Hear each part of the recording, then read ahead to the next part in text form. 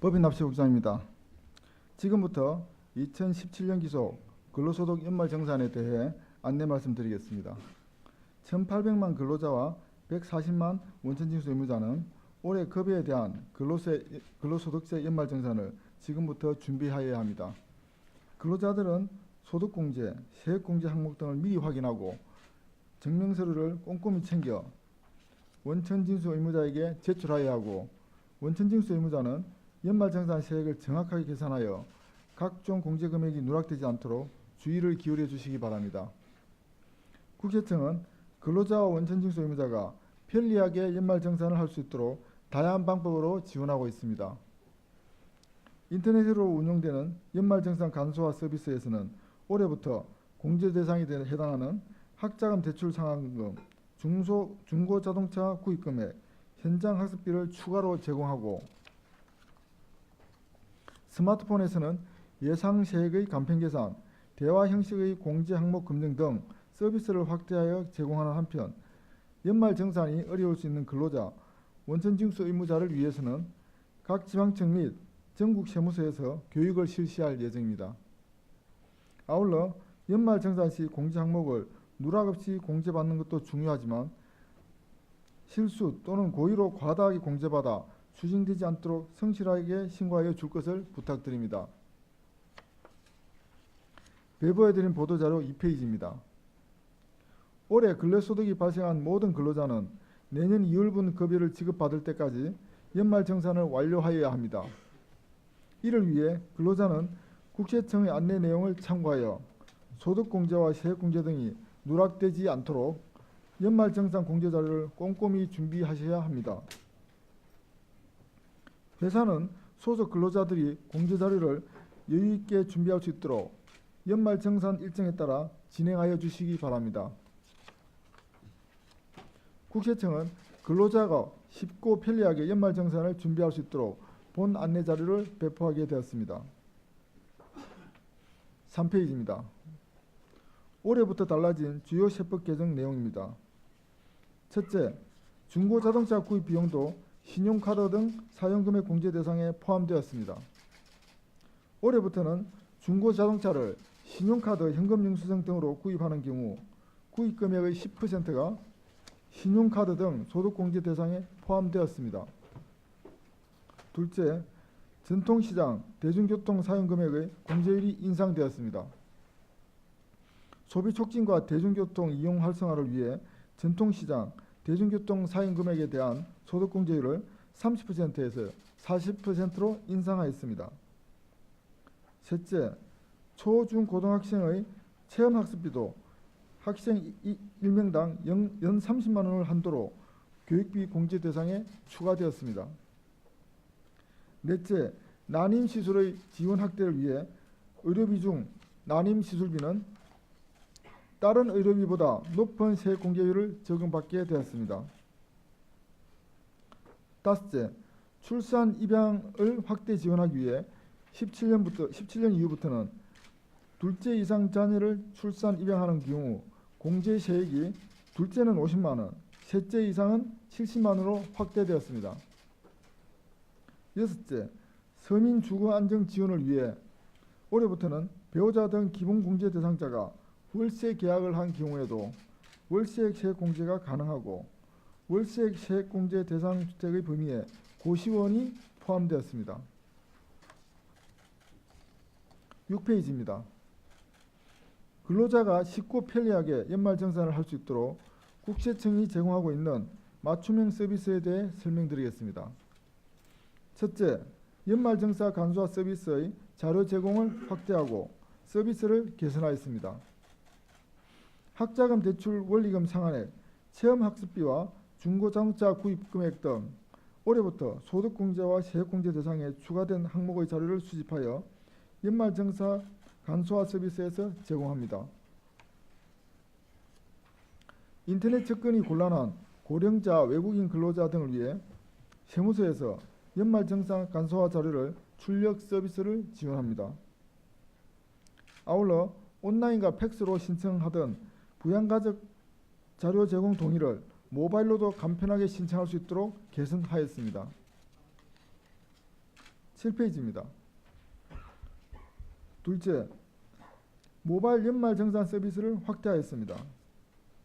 모바일 연말정산 서비스는 정보 조회뿐 아니라 연말정산 세액 계산, 대화형 자기금융 등 이용자가 필요로 하는 다양한 콘텐츠를 새로이 개발하여 2018년 1월부터 제공합니다. 주요 서비스는 보도자료 내용을 참고하시기 바랍니다. 다음으로 11페이지입니다.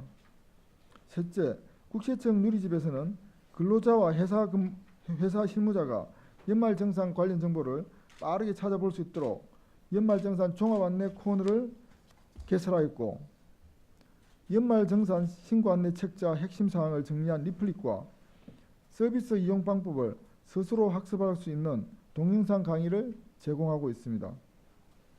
넷째, 전국 121개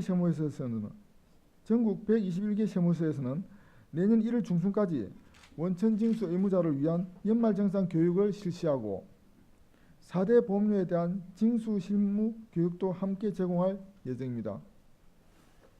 다섯째, 홈택스에서는 연말정산 상담 사례를 체계적으로 정리하여 제공하고 궁금한 사항은 인터넷 상담을 통해 해결할 수 있도록 하였으며 홈택스 이용이 어려운 납세자에 대해서는 원격 상담을 제공합니다. 다음 12페이지입니다. 다음으로 연말정산 과정에서 근로자가 알아두면 유익한 도움 자료와 체크 포인트 등에 대해서 설명드리겠습니다. 첫째, 무주택 세대인 근로자가 주택을 구입 또는 임차하기 위해 지출하는 금액은 소득공제와 세액공제 등을 받을 수 있습니다. 둘째, 맞벌이 부부인 근로자의 경우 부양가족을 기본공제 대상자로 신청한 근로자가 해당 부양가족의 추가공제를 적용받을 수 있으며 기본공제 대상인 자녀의 교육비 등을 중복 또는 나누어서 공제받을 수 없음을 유의하시기 바랍니다. 13페이지입니다. 회사가 급여에서 공제하는 국민연금보험료, 건강보험료, 기부금은 별도의 증빙 없이 소득공제 또는 세액공제를 받을 수 있습니다.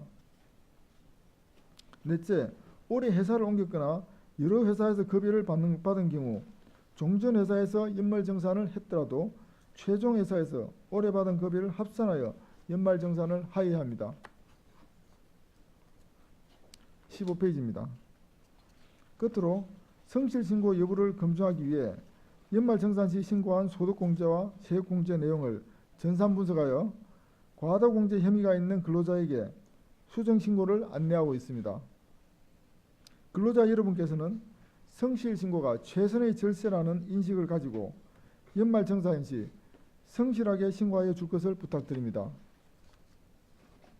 앞으로 근로자 여러분께서는 국세청의 안내자료를 참고하여 개정세법의 내용은 물론 각종 소득공제와 세액공제 항목을 꼼꼼히 확인하고 국세청이 제공하고 있는 간소화 서비스와 편리한 연말정산 서비스를 이용하여 연말정산을 쉽고 편리하게 마무리하시기 바랍니다. 감사합니다. 질문이 있으면 질문해 주시기 바랍니다. 답변은 연말정산 업무를 총괄하는 원천세 과장이 하도록 하겠습니다. 감사합니다.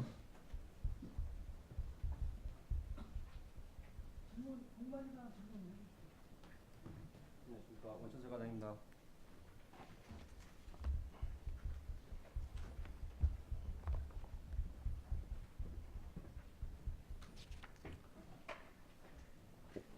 뭐라? 예. 예. 이런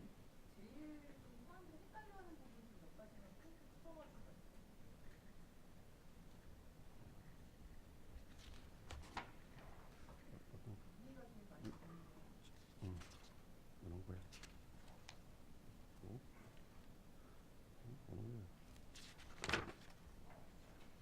저 앞에 거 아니야? 저 앞에 거 있나?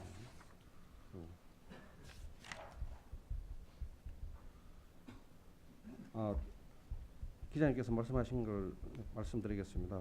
그 근로자 연말정산 시 가장 유의할 사항은 연간 소득 금액 합계액이 100만 원 이하인 배우자와 부양가족은 1명당 150만 원씩 공제를 받을 수 있습니다. 다만 그 부양가족 외에 그 부양가족은 소득금액 요건뿐만이 아니라 나이 요건도 충족해야지 공제가 가능합니다. 따라서 맞벌이 부부가 이제 자녀를 또는 형제 자매가 부모님을 중복 공제 받지 않도록 주의하셔야 할 것입니다. 이 부분이 최근에 저희들 담당 직원들한테 질의가 많이 들어온 사항입니다.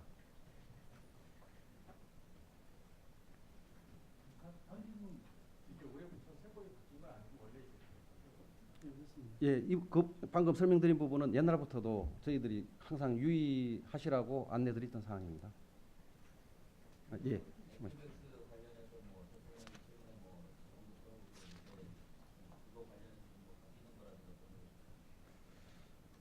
예. 현재 연말정산 서비스에서 액티브 X가 사라지는 부분에 대해서 상당히 관심들이 많으신데요. 액티브 X를 웹 표준 기술로 교체해서 2018년 1월 연말정산부터는 인터넷 익스플로러 외에 크롬, 사파리 등 다양한 운영 체제와 브라우저에서도 이용 가능하도록 개선한 것으로 알고 있습니다. 다만 웹 표준 기술이 아직 본인 확인과 위변조 방지 등을 지원하지 못하는 기술적 한계가 있는 부분이 있습니다. 따라서 연말정산 자료를 출력하는 경우 등에는 별도로 시행 파일 형태의 보안 프로그램 설치를 필요로 할 경우도 있습니다만은 2009년 19년 1월에는 1월 연말정산 시에는 공인인증서 제도를 개선하고 행정 절차 변경 등을 토대로 별도 프로그램 설치가 없는 노 플레인을 적극 추진하겠다는 것을 말씀드리겠습니다. 2018년도에는 100%는 되지 않을 것 같습니다. 출력 말고 그냥 정말 하는 것 자체는 가능한? 예, 그렇습니다. 예.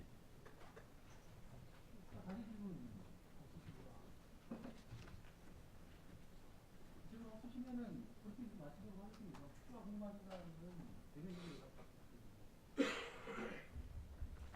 예, 감사합니다.